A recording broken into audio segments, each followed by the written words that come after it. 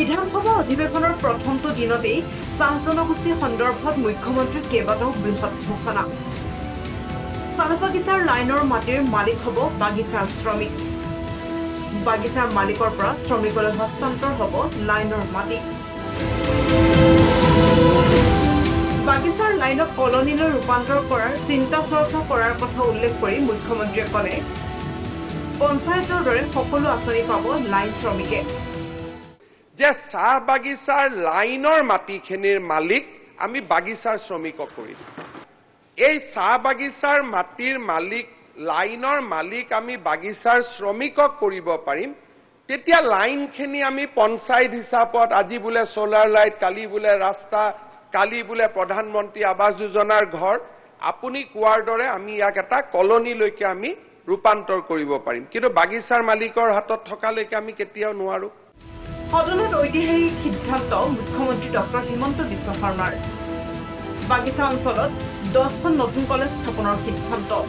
চাহ বাগিচা সম্প্ৰদায়ৰ ছাত্ৰ ছাত্ৰীৰ বাবে নিৰ্মাণ কৰা হ'ব এই ডিগ্ৰী কলেজ। পূৰ্বে 100খন বিদ্যালয় স্থাপন কৰি যথেষ্ট ফলপ্ৰসূ হৈছে চৰকাৰ, যাৰ বাবে পুনৰ বাগিচা অঞ্চলত 100খন নতুন বিদ্যালয় স্থাপনৰ সিদ্ধান্ত। 100খন স্কুলতে অসম্ভৱ ষ্টুডেণ্ট হৈছে।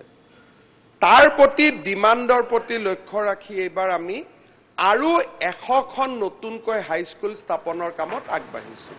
আজি চাহ বাগিচা সম্প্ৰদায়ৰ কাৰণে 200খন স্কুল আমাৰ স্থাপনৰ কাম আগবাঢ়িছে আৰু এই বছৰৰ আমি অহা জানুৱাৰী মাহত আমি শেষ কৰিম। এই বছৰ আমি সিদ্ধান্ত লৈছোঁ, অহা বছৰ আমি আৰম্ভ কৰিম 10খন অসমত কলেজ কৰিম, য'ত নেকি অকল বাগিচাৰ লৰাই পঢ়িব।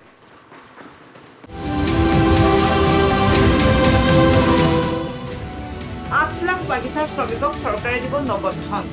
পৰৱৰ্তী বিত্তীয় বৰ্ষৰ পৰা কাৰ্যকৰী কৰা হ'ব এই সিদ্ধান্ত।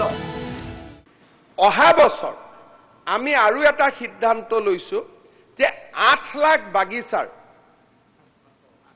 8 লাখ বাগিচাত শ্ৰমিক আছে। এই 8 লাখ বাগিচাৰ শ্ৰমিকক, প্ৰত্যেকজন শ্ৰমিকক আমি এটা নগদ ধনো দিম। 3 বছৰলৈকে এই ধনৰাশি প্ৰদান কৰি থাকিব বুলি সদনত উল্লেখ মুখ্যমন্ত্ৰী ডক্টৰ হিমন্ত বিশ্ব শৰ্মাৰ। 900খন বাগিচাৰ লাইনৰ ৰাস্তাৰ বাবে 900 কোটি টকা অনুমোদনৰ কথাও উল্লেখ কৰে মুখ্যমন্ত্ৰী ডক্টৰ শৰ্মাই।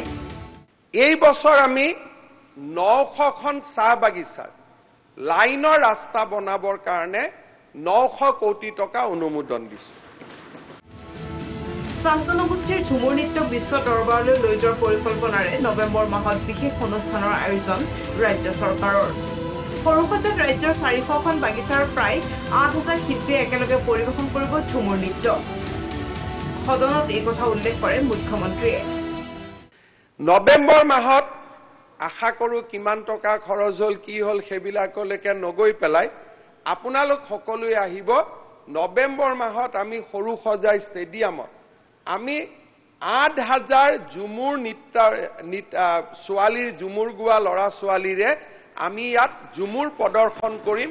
9000 ছোৱালীয়ে একেলগে ঝুমুৰ প্ৰদৰ্শন কৰিব। আমি বিশ্ব মানচিত্ৰত ঝুমুৰ লৈ যাম। সমান্তৰালকৈ কেন্দ্ৰীয় চৰকাৰৰ শেহতীয়া বাজেটত বাগিচা অঞ্চলৰ স্কুল আৰু হাস্পতালত স্থাপনৰ বাবে ধাৰ্য কৰা 700 কোটি টকীয়া বিশেষ পেকেজক লৈও মন্তব্য প্ৰদান মুখ্যমন্ত্ৰীৰ। পিছে মুখ্যমন্ত্ৰীৰ এই ভাষণৰ মাজতে বিৰোধীয়ে চাহ শ্ৰমিকৰ মজুৰি কেতিয়া বাঢ়িব বুলি কৰা প্ৰশ্নৰ উত্তৰ এৰাই চলিলে মুখ্যমন্ত্ৰী ডক্টৰ হিমন্ত বিশ্ব শৰ্মাই। ব্যুৰ ৰিপৰ্ট, প্ৰথম খবৰ।